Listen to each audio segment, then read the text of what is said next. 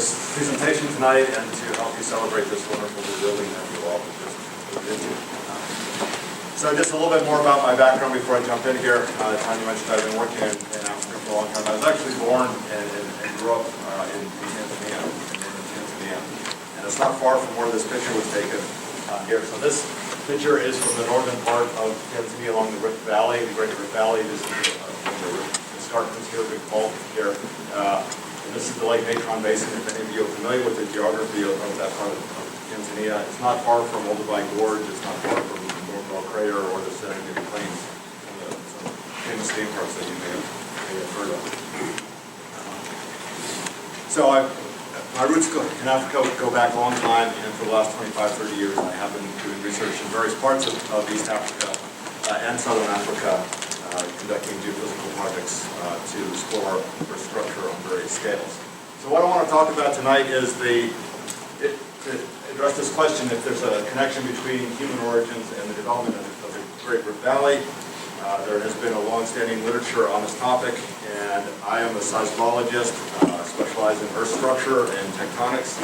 I'm not a paleoanthropologist, so I come at this question from a different perspective than what is in a lot of the popular literature about this. So I'm going to address this question primarily from a tectonics perspective and addressing the question whether the connections that have been proposed make sense in terms of the tectonic development and the timing of how the Rift Valley has come about in Eastern Africa. I just want to, before you go any further, acknowledge the support from the GeoPRISMS program.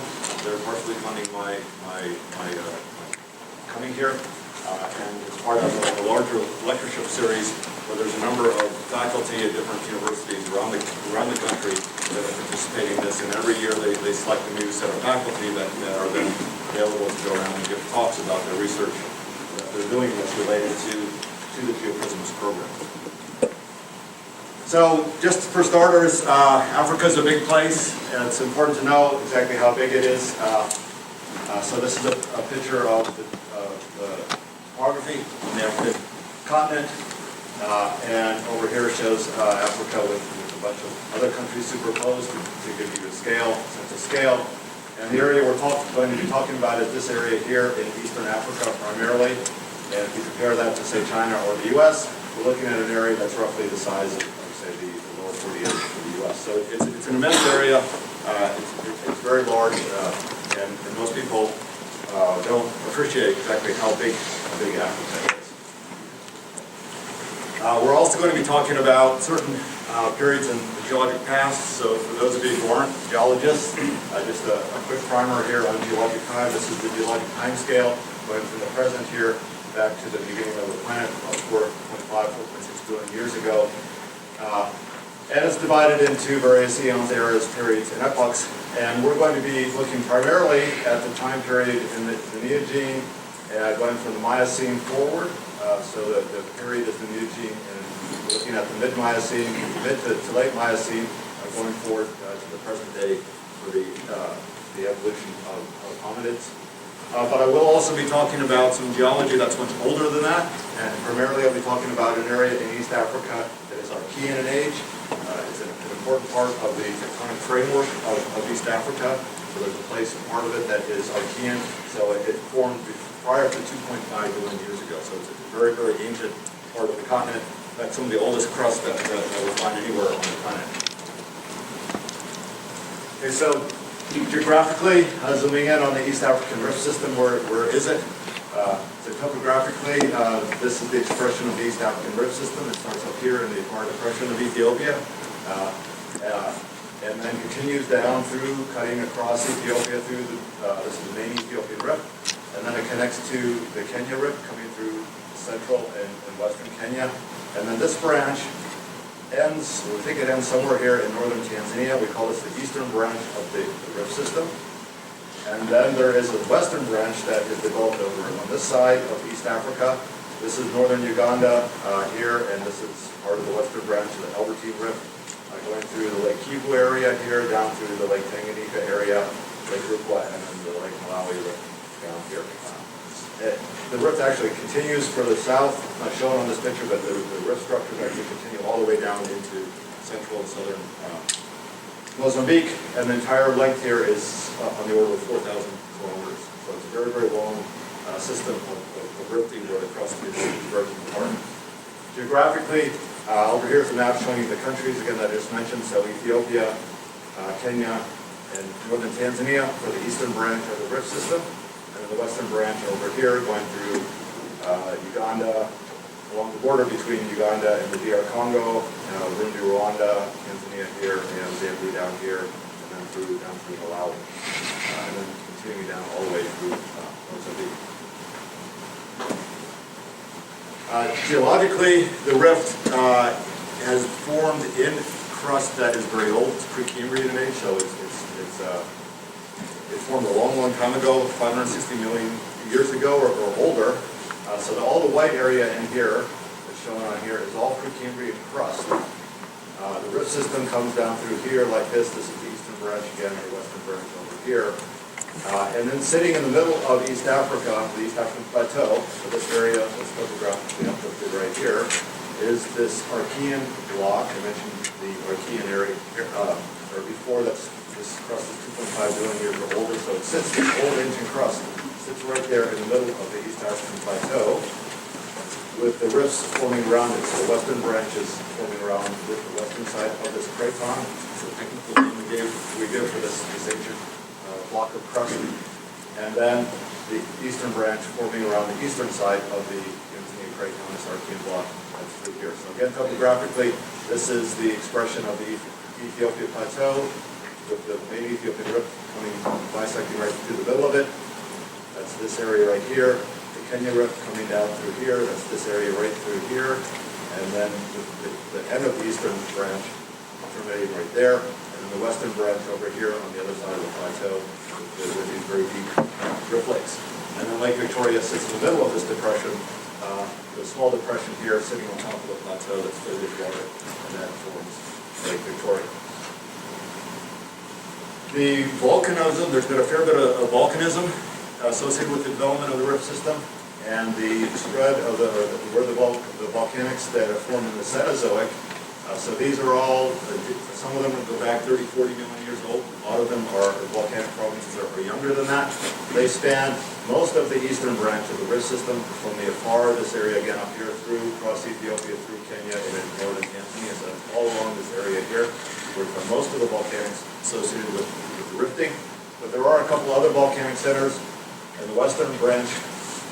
In this area over here, there's some that's not shown on this map very well, and there's another area right here, just south of the Tanzania craton, and that's sitting right in that area there. This particular volcanic field is called the Rumbo volcanic field, and we'll come back to that at the end of the talk because it's a very important part of the story. The timing of this volcanic field, when it developed, plays a big part of the story I want to tell you. Okay, so in terms of hominid evolution, we need to get our bearings with respect to geologic time. Down here is the geologic time scale, so present day going back 30 million years. Here's the Miocene, Pliocene, the Quaternary, and this diagram shows the evolutionary divergence of hominids and the other great apes. So the main divergence between hominids and the other great apes took place in the late Miocene here, right around 8 and 6 million years ago, where that red bar is going up to where you see the divergence here. So the gorillas versus the humans and chimpanzees.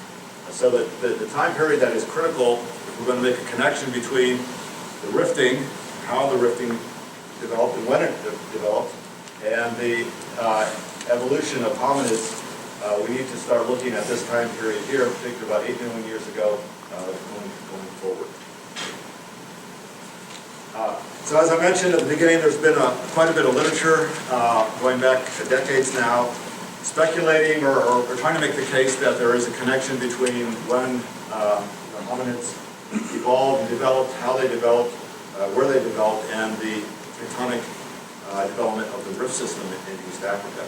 So this is just one paper that is often cited by Pickford that was published in 1990. And in this paper, the title here, Uplift of the Roof of Africa, and it's bearing on the evolution of mankind.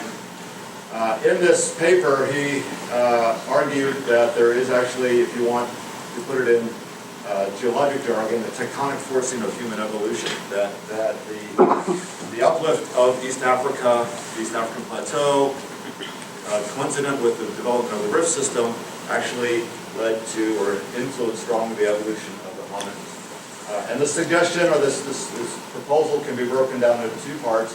One is that the plateau uplift itself, which some people think may be separate from the rifting, but many people argue is coincident, was influenced hominid evolution. And it's mainly a climate story, and I'll get to that in a second. And then the second part of this hypothesis or suggestion is that the localized development of the rift valleys created environments that were favorable for hominid evolution. And this idea plays both with climate and the physical environment itself. So the first part of this is mainly has to do with just climate, the uplift of the plateau, and that leads to change in climate. The second part is you create localized structures in the crust that influence climate locally, but also create the physical environments that are favorable for hominid evolution. So I want to look at both of these suggestions in a little bit more detail. So on the climate side, the climate variability enhanced by plateau, uplift, and rift valley. So this can happen on a regional scale. And on a regional scale, we're looking at the uplift of the East African Plateau itself. And that, when it uplifted, the argument is that it influenced the regional wind patterns. And you go from a more zonal pattern to a more meridional pattern of atmospheric circulation. And that led to a retification of Eastern Africa. So prior to the uplift of the plateau, East Africa was much more tropical, much wetter, and then the uplift occurred, and that changed the wind patterns, the prevailing wind patterns, that led to drying out of the land. The second part of this is local, that if you have the sides of the rifts, valleys, when they form, they pop up. We talked about why that happens, but they pop up, they create local relief, local mountain ranges, and those local mountain ranges then can affect the weather patterns and create areas where you have modifications in rainfall, depending on which side of the mountain ranges you are and which way the winds are blowing. So there's two parts, again, this climate part, but one is this regional idea, and then the local part. So one of the papers that really hammered home this idea was published in 2006 in this paper here, the tectonic uplift and Eastern Africa ratification. And they modeled the effect of the uplift of the East African Plateau to see how it could actually change the wind patterns and rainfall in the area. And what they argued was that there was a reduced topographic barrier before 8 million years ago. So they argued that, based on the evidence present at the time they published this paper, that the uplift was actually around 8 million years ago. And that led to, it permitted, well, prior to that, the reduced topography, so there was no plateau, permitted zonal circulation, and with more associated moisture transfer and strong precipitation, and then you had the uplift of the plateau, and that changed the weather patterns, and everything dried out. That led to the development of savanna grasslands in particular. So you go from a heavy tropical forested area to savanna grasslands, and that was a more favorable environment for the hominids to evolve. So is the timing right? The question here, is the timing right? Did the plateau actually come up around 8 million years ago? And so here is the picture again of the topography. So this is the area of interest. This is the East African Plateau with the rifts on either side. To the north is the Ethiopian Plateau, and we know that formed a long time ago, about 30 million years ago. And to the south is the Southern African Plateau, this huge, large landmass here. And there's a lot of speculation and debate about when that formed, but many argue that this whole area was uplifted around 80 million years ago. So, at the time that the hominids started to evolve 8 million years ago, the question is, what was here? Was the plateau, was the East African Plateau here? Was this entire area high, as it's shown here? So by high, I mean on the order of 1 to 2 kilometers. So all the area that's orange here in reddish colors is topographically above a kilometer in elevation. So did this come up at 8 million years, creating a barrier to atmospheric circulation across here? Or did this come up at some other time? Did the Ethiopia Plateau form at some other time? So we'll come back to that. That's an important question in trying to understand the connection between when the hominids evolved and the tectonic development of Eastern Africa. So that's on the regional scale. We're looking at the whole plateau coming up. On the local scale, we're looking at, in terms of the climate effect, the rift structures themselves. So this is a nice picture from the northern part of Kenya, looking from the Lake Turkana basin here. This is the northern part of Lake Turkana, looking to the north through the main Ethiopian rift all the way up to the Afar Depression way up there. And you can see some of the volcanoes in the area. Sorry, you can also see the rift flanks. So there's an uplifted rift flank here. Not so much on this side, but there is some relief on this side of the rift, but a lot on this side. So in this paper, in 2007, these authors argued that the uplift regionally, or locally rather, from these rift flanks, so the rift flanks are popping up as the crust pulls apart, moves up and creates a mountain range that is local and creates various climate effects depending on whether you're on this side or this side of the rift uplift here, the flank uplift, and then what the circulation patterns are doing at the time. So they argued that the rift flanks, especially in Kenya in the late Cenozoic, changed the environment quite a bit, and that influenced hominid evolution. Taking this idea a little bit further, it's this paper that argued that the rifts actually created an amplifier effect by forming lakes in the middle. So here's a picture of Lake Manyara in northern Tanzania, and you can see the rift flank uplift here. And this particular rift basin doesn't have another big escarpment on the other side, but in many cases they do. They have a big flank uplift on one side and then also on the other side. And so schematically that's shown here. We have a big waterfall system here on this side of the lake and another one here. And what's shown down here is a picture showing tide on this axis.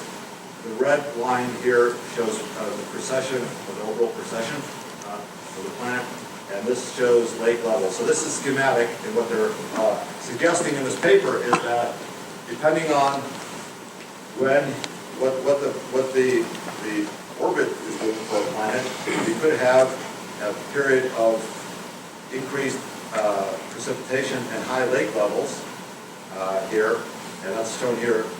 And in this case, the rift doesn't just form a climate, change the climate, but it also creates a physical barrier. So if you have two populations on either side, these populations are separated by this physical barrier of the rift line. If you move forward in time a little bit and you start to dry out the environment because of the change in the orbit of the planet, or the mechanics of the planet, you can end up with smaller lakes. The lakes begin to shrink, and we know this has happened. The lakes have come and gone in the rift valleys over time. The lakes begin to shrink, and then these two populations can mix. On either side, there's no longer a barrier, and they actually can take advantage of accessing the lake in the rift valley. And then if it becomes very dry, as in this picture here, then you create another barrier here where this is an arid region and there's no reason for the populations to mix. So in this paper they argue that there's a mixed physical and climate effect. They call this the amplifier effect. So there's short-term environmental responses to climate variation, and this leads to sort of an amplification of the environmental effects because of these lakes coming and going. So the lakes are there both because of the rift valley, the down-drop valleys, but also then because of the changes in the climate. Okay, so also on a local scale, or a rift scale, there's a lot of changes in the physical environment that might have been advantageous to hominid evolution. And there's a number of papers. This is one that calls out some of those physical environments. So this is a picture of the rift in northern Ethiopia. the Far Depression. And you can see all the big rift faults here, big breaks in the topography. And if you were to zoom in on some of these lava flows here, you'd see that they're very rough and angular, as shown here in this picture, very, very hard to walk over. And so this kind of environment could have created a secure environment for hominids to thrive in, because they can scale these kinds of changes in topography much easier than animals can, predators can. They can also get across this kind of rugged topography much more easily than many animals can, many predators. So there's an argument that the rifts themselves, as they developed, created secure environments for the hominids to thrive in. There's arguments also, if we look at the physical environment, that the physical environment actually helped the hominids to access food from animals. So here is a picture, it's a false color image of the rift, part of the rift system in Kenya. You can see the large rift fault here, escarpment on one side, lake in the bottom. And then you can see all these smaller faults that are cutting the rift floor. And this kind of topography creates many areas of interlocking barriers and canyons, blind canyons, and so forth that hominids could have exploited for trapping animals and food. So there's a suggestion here that the morphology as the rift developed could have created a favorable environment for hunting. The rift valleys, as they downdrop, also they trap water. The rivers coalesce in the valleys. This is a picture from part of the rift in Ethiopia also. The stream going down the center part of this particular rift valley. And so the argument is that the local subsidence-focused sediment accumulation and water supplies in the valleys themselves create a more fertile environment for animal and plant life. So you concentrate plants and animals in one place, it makes it easier for hominids to hunt and to gather food in these kinds of environments. Okay, so coming back to those two suggestions then, one is that the plateau uplift influenced hominid evolution, and that's the regional story of the plateau coming up. And the question is, did it come up at the right time to change the environment when the hominids started hominid evolution really started to take off? And then the second one is localized, looking both at combined climate and physical environment within the local rift structures themselves that would have created favorable environments for the hominids to evolve within.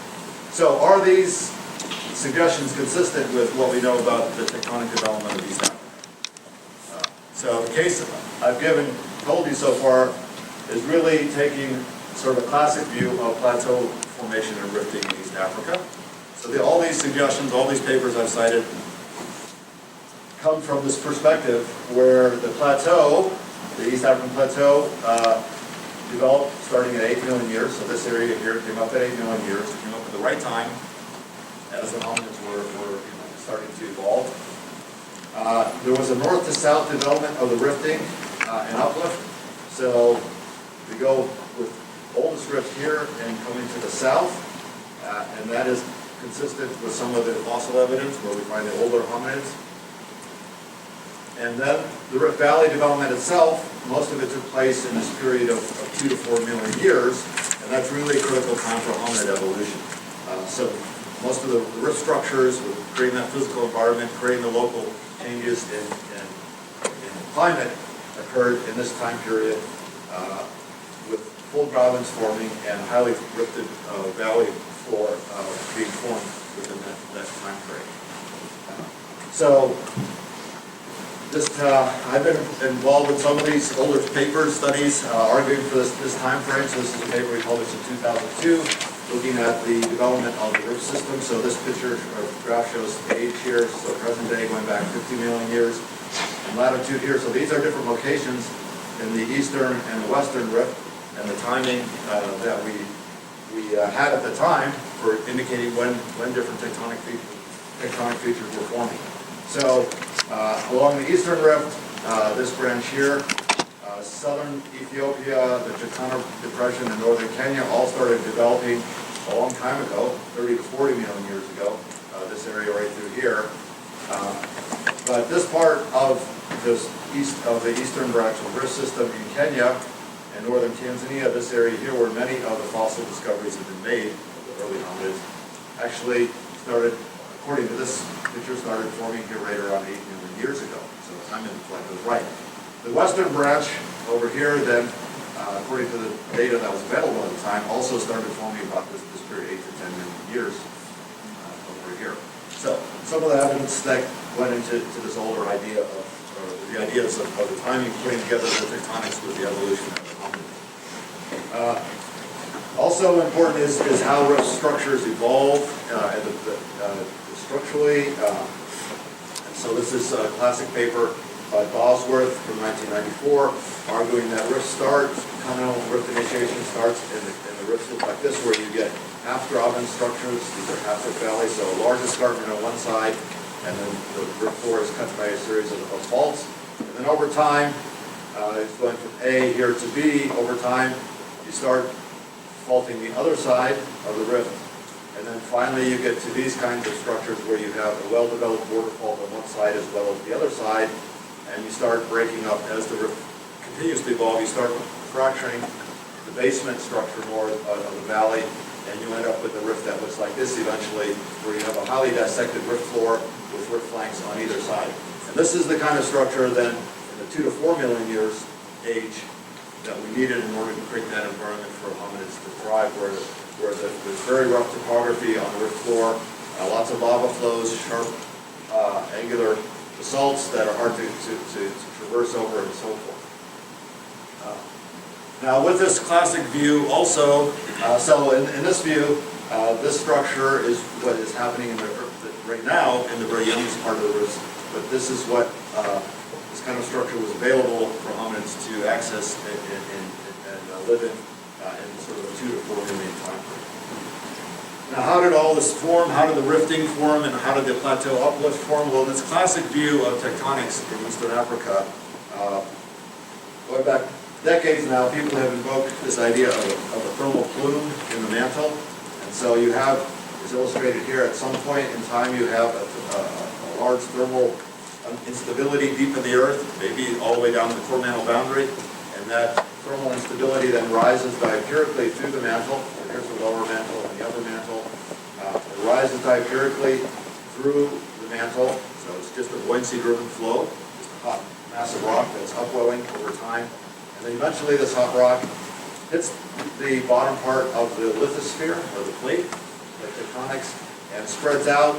And because it's hot rock, it's buoyant, it pushes up on the surface, and you create the topographic relief of a plateau.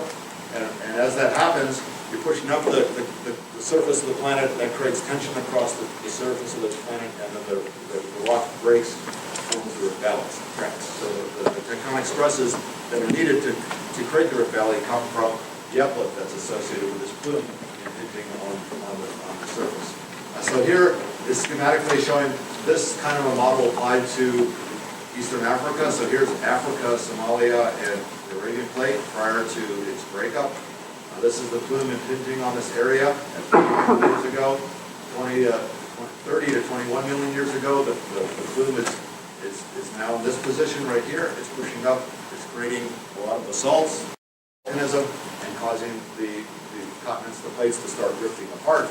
And then this is present day today, where you have this large plume structure sitting underneath Ethiopia and pushing up on the surface, causing the far depression here and the Ethiopian rift right there. Now that explains, that kind of a model, that kind of plume model explains what's happening with the Ethiopian Plateau and the Ethiopian rift. Remember the rift system, the eastern branch comes all the way through Ethiopia, down through East Africa into Tanzania here, and there's another branch, the western branch over here. So this is topography again, the elevation scale is shown there.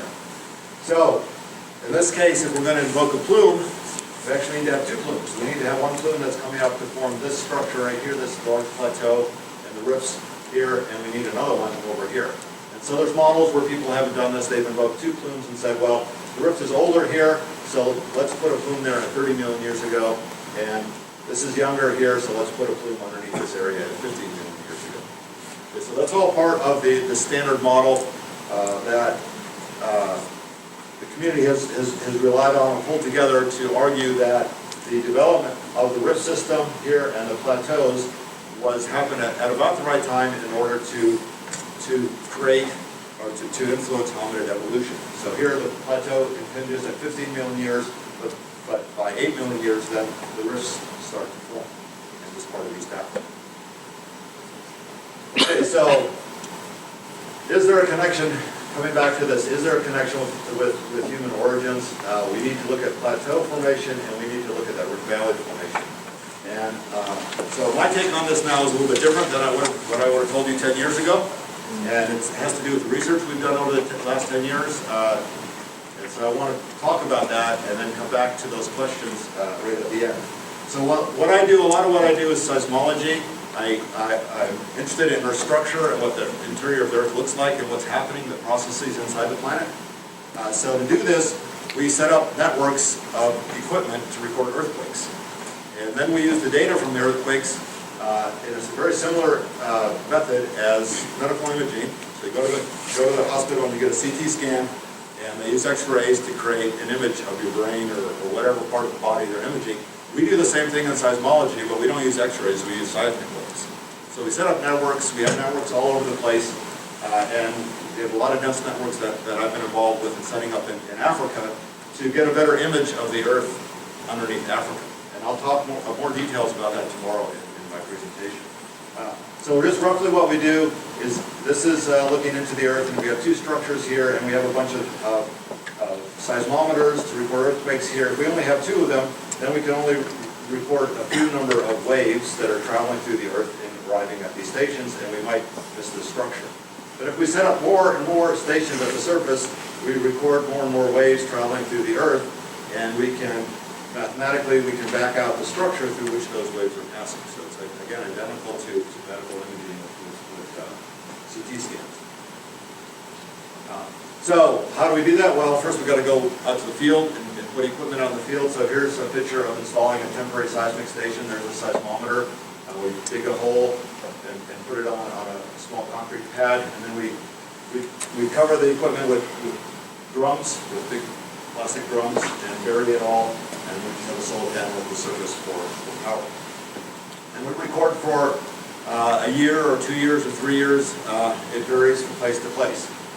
So places we've done these deployments over the years, we did a deployment in the mid-90s across Tanzania. So this is Tanzania here. Here's Lake Victoria for reference. So these stations here, all these triangles, are locations where we had seismometers. We had a network in Kenya in 2001 to 2002, and stations in Ethiopia 2000 to 2003 or so.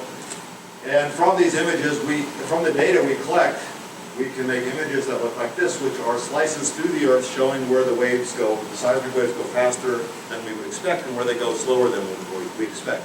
So in this image here, this goes across Tanzania like this, and this is the eastern rift right here, and we see that the wave speed underneath the eastern rift are going slower. The reds indicate the waves are going slower than we would expect. And over here beneath the craton, this Archean block, they're going faster than we would expect. So these are, again, similar to medical images, but just used with seismic energy.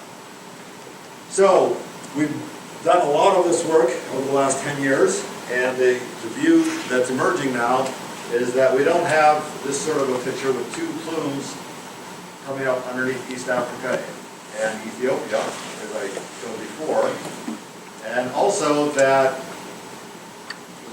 so there's actually one big structure, called the African superplume. I'll explain that in a second. So we have one huge structure here, not separate individual plumes.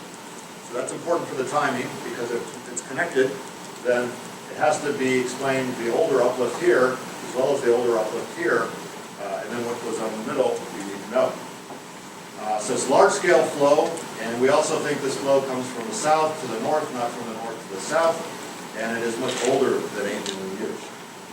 So what is the African superplume? Again, tomorrow in my talk I'll go into a lot more details about this, but we think it's a massive upwelling of hot rock.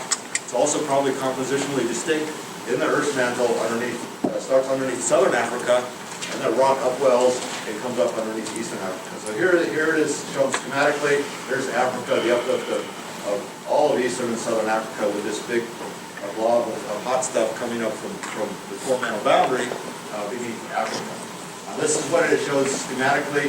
Here's East Africa, and the structure starts underneath South Africa. We look at it in a profile like this, beneath southern Africa, and it comes up through the middle part of the mantle to the upper part of the Earth beneath East Africa like this. So how do we know that it's there? Well, there were images going back to the very, very first images that we had of the planet using seismic tomography, or these seismic CT scans of the planet. This is a picture from 1992. This is done by a group from Harvard University. This is their model of the mantle for the Earth, and it's a bit hard to understand these pictures, so let me take a second. This part right here is the core mantle boundary. So this is the core. This is the surface of the planet, and then superimposed on the core is a map of the Earth, and this white line shows where this slice through the mantle comes from. So this part of this mantle slice is along this white line here. So if we want to know what's underneath Africa in this picture, so here's southern Africa, we go here, this is the lower part of the mantle, along the core mantle boundary beneath southern Africa, and here's that great big low wave speed region of the superflume underneath southern Africa. Now our images have gotten a whole lot better over the years as we've gotten more data, and we've gotten better at making these kinds of images and doing the models. This is a model from 2011, another one from somebody else from 2012, and these slices through the Earth go along this trajectory like this. So we're going crossing southern Africa, we're going through East Africa all the way across the Arabian Peninsula here. And this part of the image is the core mantle boundary, and this is the surface of the planet.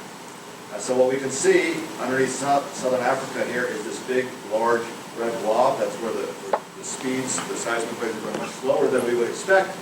And you can actually trace this area of low seismic wave speed all the way to the surface here, through the mid-mantle up into the upper mantle, the upper part of the Earth beneath East Africa. So this part here, again here, is East Africa right there.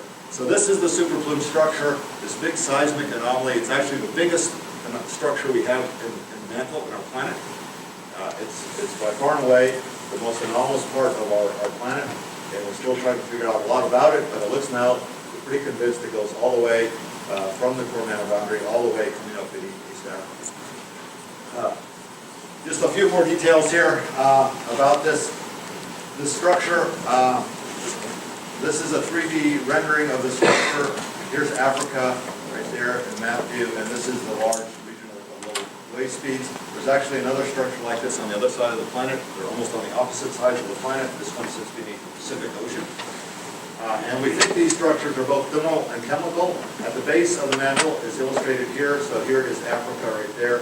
This is the structure underneath Africa, the core mantle boundary. This part of the structure we think is mainly chemical, and then it gives rise to thermal structures that then come up towards the surface. So I'll go into more details about that tomorrow.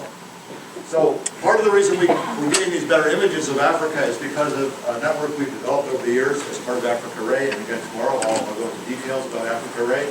But we have installed permanent networks of seismometers across eastern, southern, and southern Africa, so across all these high areas and plateaus, and recorded earthquakes for a decade now, and we've been able to use the data in many different ways. And this shows some pictures of some of the stations. This is one from Zambia, where this is the seismic station, and inside is a concrete pier that's connected to bedrock, and there are seismic equipment here, and then at the surface are solar panels, and here's another one in Ghana. Again, tomorrow I'll say more about that. In addition to these permanent stations, over the years we've installed many temporary stations, and this is a map showing some of those stations going through eastern Africa. So here's Tanzania again, Lake Victoria. All of these colored symbols on here represent temporary seismic stations that we've operated over the last 10 years or so through eastern Africa. So all that data we take and we put together in these large tomographic models of the Earth to see where the waves are going faster and slower. And this is one of our more recent ones. We actually updated this model now, but this shows the main feature. So this particular model, looking at the slice through the Earth, going from southern Africa through eastern Africa, here through Ethiopia and the Arabian Peninsula. This slice here. So here's the surface. This is deep in the mantle. It's not quite at the core mantle boundary, but deep in the mantle. And here's the area of this African superflume where the waves are going slower. coming up to the surface underneath East Africa and connecting all the way to Ethiopia and Arabia. So this is one large, great big structure. There's not two separate structures here. It's all connected together. This is another image going from Zambia through East Africa, again showing the structure going all the way from the lower mantle, crossing the mid-mantle and coming up from the eastern branch and also coming around to the western branch. And in the middle is this vast area of the craton, the Tanzania craton. So this structure, this is the Archean block, is sitting in the middle of the plateau, and it's old, it's cold, it's rigid, and the earth is just breaking up around it as this hot rock comes up towards the surface. In the interest of time, I'm going to skip this slide and just go on to here. So what we think is actually happening, I'll come back to that slide tomorrow with more details of another piece of seismic data that's important. But what we think is actually happening now, if we take this super plume structure, we think that hot rock is upwelling towards the surface. It comes up underneath southern part of East Africa and then flows to the north. So we actually have flow of hot material in the earth from the south to the north, not from the north to the south as previously thought. And we think this material is, so it's illustrated here, coming up beneath, this is northern Zambia, this Tanzania comes up, hits the lithosphere, the plate tectonics, and then cruises to the north, all the way through Ethiopia and into the Arabian Peninsula. Okay, so part of the old model we think is incorrect now. The old model had the rift forming in the north first and then moving to the south. We think the structure comes from the south and moves to the north. Now, at the very beginning of the talk, I mentioned this volcanic province in southern Tanzania. It's called the Rungwe Volcanic Province. It sits right here between Lake Tanganyika and the Malawi Rift, Lake Malawi. And in 2012, this paper was published where they found evidence from this volcanic field that the volcanism actually started about 25 million years ago. So remember I said at the beginning, 8 million years was a critical time period for looking at hominid evolution. And at that point, before this paper was published, the oldest dates from this volcanic province here were 7 to 8 million years. So in 2012, it was discovered some flows and ash flow tufts were discovered and dated that were much, much older at 25 million years. So from that date and the dates of the older material over up here in northern Kenya and southern Ethiopia at 25 to 30 million years ago, these authors concluded that uplift of East Africa had to have been more widespread and synchronous than previously thought. Okay, so if we go back to this picture, the timing of this, as I illustrated before, this part of Ethiopia and northern Kenya, we think first formed around 30 to 40 million years ago. This part of central Kenya, probably 25 to 30 million years ago. And we thought that this whole area here formed at 8 million years ago, coincident with the evolution of hominids. But now we have this new data point here that these volcanics actually formed and this rift started to form here at 25 million years ago, which is about the same time that things got started up here in Kenya. So it looks to us now that the whole development of uplift of rifting of the whole area was coincident, was coeval, at about 25 to 30 million years ago. So everything probably came up at the same time, and the rifts started all forming at about the same time. So if we put that timing together with this idea of this flow coming from the deep mantle going from south to north, then we need to have this uplift hitting the southern parts of this area, right in here, at around 25 million or prior to 25 million years ago, and this warm material flowing to the north, uplifting this entire area over this time period. So there's another little bit of a timing story here. I'll talk more about that tomorrow, because we need to have this upwelling impinge on the bottom part of the plate in this area at about the right time in order to create uplift, this flow of material and uplift across this whole area at 25 to 30 million years. Okay. So back to hominids here to wrap things up. So there's two suggestions at the beginning of the talk. Is there a connection with human origins between East African rifting And one was the plateau uplift influenced environment, which the hominid evolved within. And that's probably not the case, given the timing I just gave you. So this plateau here probably formed at around 25 million years ago. It might have been older than that. So much, much older than the 8 million year period that was so critical for the branching of the hominid lineage from the great apes. So it was much too early. The uplift of this plateau was much, much too early to have influenced hominid evolution. Now, could have there been a climate change at that period of time 8 million years ago? Sure. But it wasn't a climate change that was induced by the uplift of this plateau and the change in the circulation patterns as a consequence of the uplift of that plateau. There must have been something else going on that changed climate at that time that led to the change from a very dense tropical forest area in this area to the savanna grasslands that are illustrated here. So it wasn't a connection with the tectonics, probably something else with the global climate that was going on with that at that time. So that was the first suggestion. The second suggestion was that there was a localized development of the rift valleys created environments that were favorable for hominid evolution. And this certainly remains a possibility. The rifts are continuing to evolve, continuing to change. It's a very active area. There's lots of earthquakes. There's active volcanoes all throughout East Africa. So the rifts, whenever they started a long time ago, and they're continuing to evolve. So certainly, the amplifier rift lake effect and the uplift of the rift flanks changing climate locally, the whole story about creating the physical environment that was conducive for hominid evolution, all of that certainly could have happened. So the work we've done, the research we've done, we really can't say too much about this. This certainly remains a possibility, but the one difference in what we think right now compared to what I told you at the beginning was that the rifts started forming much sooner or much later, earlier time than 8 million years. So they were there well before hominid evolution. They didn't form coincident with when the hominids started evolving rapidly. So it's a little bit of a nuanced story there.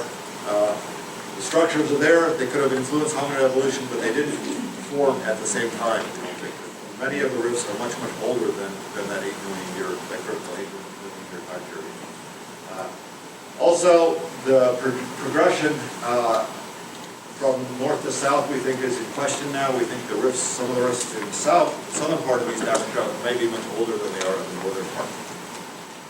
So I'm going to stop there, and we'll continue this tomorrow. If you want to know more about how we do seismic tomography and the superplume and all that sort of stuff, I'll get into a lot more detail about that tomorrow.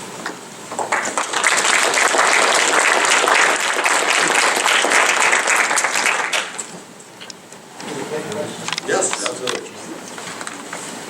I heard your talk. I thought that upwards was by lateral movement of tectonic plates. Everything I heard here, vertical movement, movement by storms. Now, are there both kinds of rifts, laterally induced tectonics and vertically induced storms? Yeah, that's a very good question. So, in plate tectonics, we know that plates converge in some places, and we create huge uplift, like the Himalaya, the Tibetan Plateau, where plates collide, and the light rock in the crust gets pushed up over those mountains. So, the largest uplifted structures we have on the planet are formed that way. In Africa, the African continent, African plate is surrounded by spreading ridges. So it's on all sides, it's being extended. There's no compression. So there's got to be some other mechanism to cause the uplift. And we think it's some sort of hot upwelling, given the seismic images, where we see, because the seismic waves are going much, much slower, and there's huge volume of rock underneath there that's much older than normal. That's creating buoyancy that's pushing up the time. Yeah, so, both. Can you argue why that superplume seems to be moving up obliquely towards the north rather than straight up vertically? Yeah, that's a very good question. I don't have a good answer for it, but I'll come back to that tomorrow. We can image the structure now pretty well. We're convinced. I'll present evidence tomorrow that connects shows that it's connected across from the lower to the upper mantle. So for a long time, there's been a big debate whether the lower mantle structure is separate from the upper mantle structure, but we have pretty compelling evidence now that it's actually one and the same structure. But why it turns in the mid-mantle, there's some speculation, some ideas, but it's still very much an open question. Asking from a non-specialist, you mentioned the question of grassland being supplanting tropical forests. So if you look at the record of this through, let's see, the soil and floral data, the soils, how does that corroborate or throw perhaps readers into that record? Can you watch, things evolve as the thing rises in terms of, flora and fauna and things like that? There's been some limited work on it. It's not my field. So there's been some limited work on that in certain places of East Africa, but I think it's quite limited. And I don't know that there is paleo soil horizons, paleosols that have been well preserved, going back at critical times in the past, where you can actually look at what might have the microscopic remains of organisms, plants and whatnot, that will give you an indication of paleo elevation in the past. So that's a really good question. When exactly the East African Plateau came up, I think it's completely open. I think it's older than 8 million years. Was it 25 million? Was it 80 million years ago? I don't know. I'm not for sure. But they're there's very little work done on the paleosols and the record of plant matter from all the way back to the Miocene in later time. I'm curious about her having been born in Tanzania. Yeah. How did that come about? My parents were missionaries. They spent their entire career working. Question? Yeah. You look at the African plate in terms of plate tectonic movements. Which way has it been moving in the last 30 million years? And is it possible that just because of that shift, it came into the arid zone? It's actually, the African plate's been moving very, very slowly. It hasn't actually, from the breakup of the 180 million years ago, it hasn't moved that far. Okay. It slowed down, the motion slowed down about 30 million years ago. And so there's some people who argue that that's part of why you might have these big massive outfallings underneath it, because it really hasn't moved, and hot rock has had time to outfall underneath it. But it wouldn't have, East Africa wouldn't have moved from a much southerly latitude to the equatorial band over that time period. The motion has been, for Africa, has been very limited.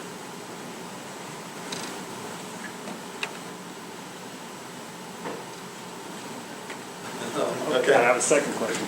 Are there other types of kind of rift systems, analogous rift systems in other parts of the world? There are lots of active rifts where the crust is breaking apart in other parts of the world. In this country, the Rio Grande Rift in Colorado down to New Mexico. They are probably associated, though, with different mechanisms. This is the only rift system that's active that we know of that probably has this large structure. There's only two structures like this in the planet that we know of. One is sitting beneath Africa, the other one's beneath the Pacific. So an area where there's active upwelling on a very massive scale in the mantle, this is the only place that we know of. There's other active rift systems where the crust is breaking apart, but it's caused by other processes. Let me follow through on an earlier question about the biosphere here. So the precursor to any of the fauna, of course, is going to be water. We know the water systems out there quite well. We know how diverse, say, Lake Victoria is and some of the other systems out there. And we know from planetary exploration, we can speculate about water systems in setting. So has there been an analysis of ancient water flow or not flow, Atlantic or loaded, in the million year landscape, 6 to 30 million years? Can you differentiate when there was water, standing water, flowing water, and then correlate that with the biosphere, and then correlate that with the accommodate evolution. Well, we don't, like I said, we don't have record of the biosphere going back that Right, far. that's why we look for water. Water, right. There has been an active program to drill the rift lakes and look at the stratigraphic and the biostratigraphic record in some detail. Those cores, if I remember correctly, only go back, a few hundreds of thousands of years. They don't go back millions of years. They haven't been able to get core from the bottom of those lakes. So there's probably sediment and organic matter that could be looked at coming from this lakes, but extremely deep and extremely expensive to drill, and the sediment packages are really, really thick. So one day we'll get it. There's probably a lot of oil and gas in these rift basins, and so maybe they'll have maybe one day will drill all the way through, recover core from the bottom, the older sediments.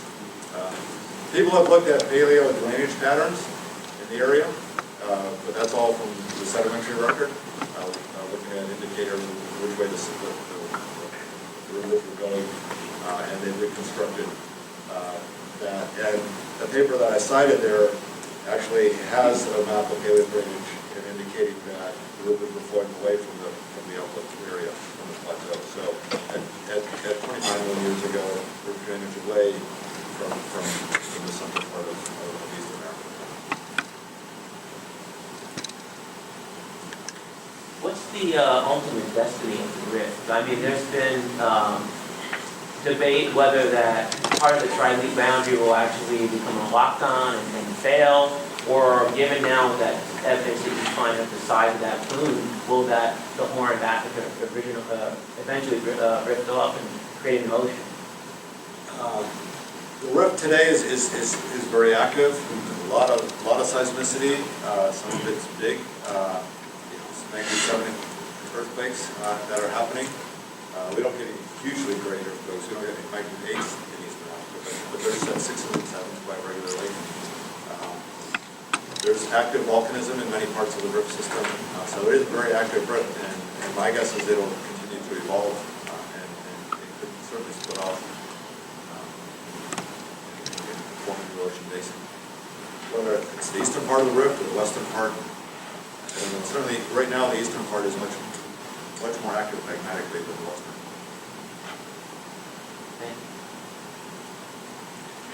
Does the magma from the rift valleys, does it have a specific signature that might be different from other magma mantle plumes?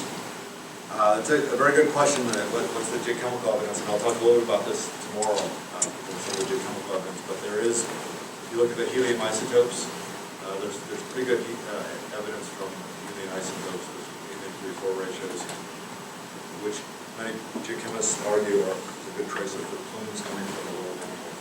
And there is a good correlation with this story in where the helium, the high helium 3-4 ratios are. I'll show you now tomorrow. As far as other geochemical indicators, I'm not a geochemist, but there are papers where people have argued that there are other isotopic system results from other isotopic analyses that indicate that the magma, some portion of the magma could be coming from the lower mantle. Question? What the level of radioactivity increase your formation? Pardon? What the level of radioactivity and ambient radioactivity which cause mutations increased during the formation of the rift system?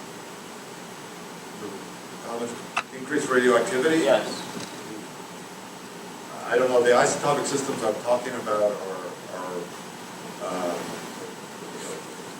we're looking at very minute quantities of material in the lavas.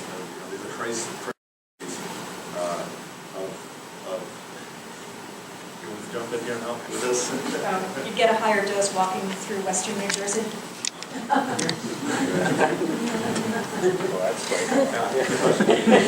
This might be going off of Dr. Krug's.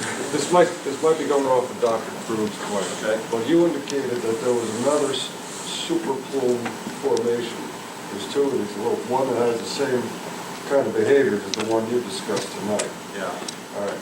Now, I know and understand this is a lot of material over a large area that's being upwelled, but it's still constrained in a sense. How come you don't see more of these super plumes?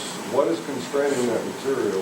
That's a very good question. I'll address this tomorrow too. In the talk tomorrow, I'll give a sort of an overview of these structures and how we think they've come about and what they actually are. But we think, as I showed you here with the super plume, the bottom part of that structure is a chemical structure as well as a thermal structure. And we think if you took the seismic wave speeds, the variation in which the waves are going, and converted that to temperature, these structures would be dynamically very unstable. They would blast through the mantle diaperically, and they would go away.